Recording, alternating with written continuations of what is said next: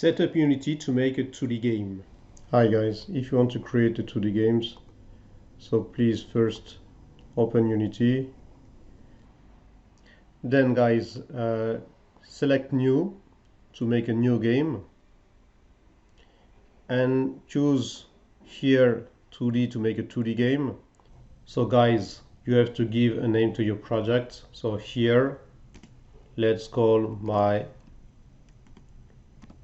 first 2D video game.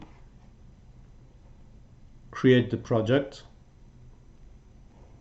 Okay guys, here we are. This is the Unity interface.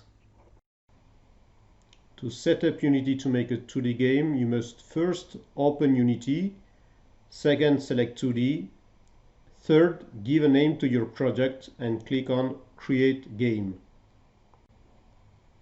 Guys, in the next video we'll describe the various windows of the Unity interface. So let's go